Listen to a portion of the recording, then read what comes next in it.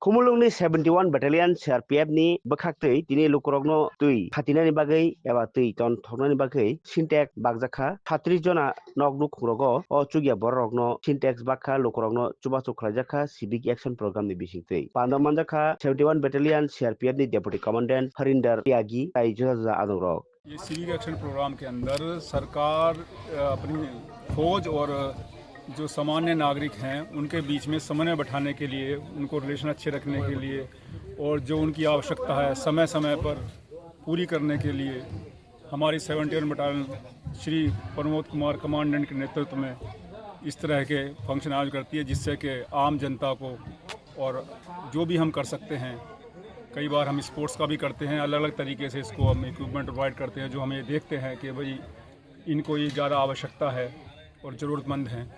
तो ये एक अच्छा संबंध स्थापित करने के लिए सरकार, फौज और सिविलियन के बीच में ये समय समय पर हम इस तरह की आयोजन करते रहते हैं।